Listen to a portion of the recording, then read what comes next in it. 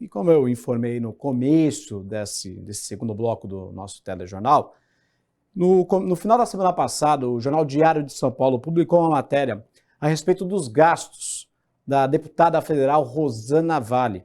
Segundo a publicação, a parlamentar seria campeã de gastos entre os parlamentares de São Paulo, deputados federais representando o estado de São Paulo lá em Brasília.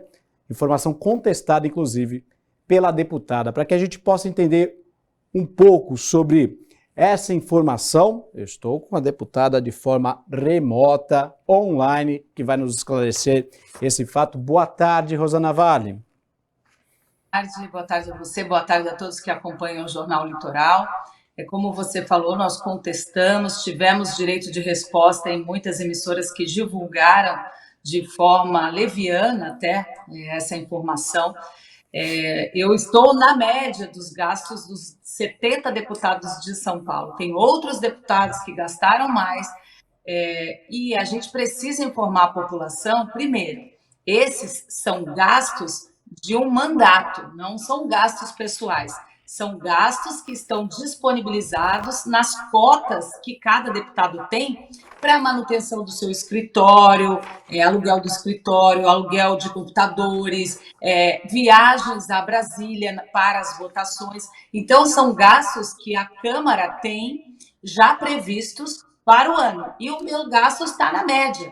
Tem deputado, por exemplo, aqui da nossa região, que ainda não lançou os gastos de dezembro. Então, como a gente pode dizer que eu fui a que mais gastou? E Deputada, no dia, inclusive, que a matéria foi para o ar, só para concluir, que a matéria foi veiculada, eu entrei no site da Câmara, não era a deputada entre os 70 que mais tinha gasto. Então, precisa ser responsabilizado, foi uma fake news, uma publicação de forma desonesta, sem me comunicar, enfim. A gente vai tomar as providências. Deputada, ainda assim você está entre os parlamentares de São Paulo com mais gastos. Foram R$ 487.154,86. Eu queria saber qual é a justificativa para esse gasto alto, que está entre os 5 maiores. Olha, não é um gasto alto, né? Eu estou entre os 5 maiores porque, como eu falei, muitos deputados ainda não lançaram as despesas de dezembro. Se você analisar no Brasil, eu não estou. Então, são gastos de quem trabalha. Eu trabalho muito. Eu estive presente em todas as sessões, ou seja, as passagens aéreas. Esse ano que está terminando, a gente ia segunda, voltava na quinta, depois na outra segunda de novo, ou seja, as passagens também foram compradas e são compradas em cima da hora, porque o presidente da Câmara decide. Agora, quando você fala que estão entre os gastos mais altos, a diferença é 10 mil, 5 mil, porque a média de gasto é acima de 400 mil para os deputados do estado de São Paulo. Ô, Rosana, eu queria que você explicasse para o pessoal de forma resumida em casa qual o tipo de gasto que um gabinete, uma deputada tem no seu dia a dia. Olha, nós temos que ter o aluguel de um escritório, né, com toda a estrutura, conta de luz, telefone, todos os gastos, compra de materiais. Aí nós temos aluguel de computadores, aluguel dos carros, né? Tem carro em Brasília, tem os meus assessores também que usam combustível, ou seja, gastos com passagens aéreas, gastos com a manutenção, com a divulgação de um mandato. Não adianta falar, olha, o deputado gastou pouco. Se gastou pouco, e não é aquele deputado que mora em Brasília, por exemplo, e que tem um tema único, eu sou o deputado só da saúde, então eu não preciso visitar minhas bases, eu não preciso atender as prefeituras, aí ele vai ter um gasto menor, certo, porque é o propósito do mandato dele. Diferente do meu, que eu tenho um alcance por toda a Baixada Santista, pelo litoral, pelo Vale do Ribeira, e tenho que estar nas cidades. Eu não posso ficar lá em Brasília. Se eu ficasse lá em Brasília, talvez não precisasse de passagem aérea e tal, e não teria gasto.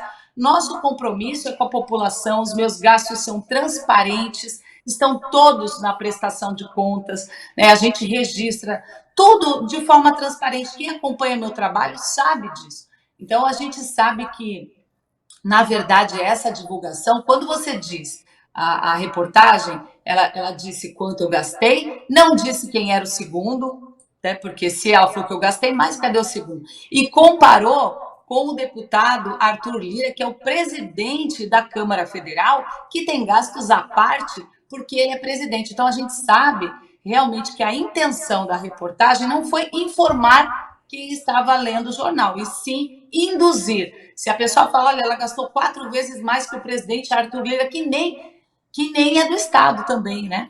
Você fala que ela foi eu fui a que mais gastei no Estado, depois compara com o presidente Arthur Lira, que não é do Estado e que tem recursos de forma separada para utilizar, porque ele é o presidente da Câmara. Então, foi realmente uma ação que foi orquestrada, né, para confundir a população que acompanha meu trabalho, que, aliás, está satisfeita com o meu trabalho, porque eu fui reeleita com mais do que o dobro dos votos. Deputada, a população viu o quanto eu trabalhei. Deputada, eu também estou aqui no site da Câmara dos Deputados.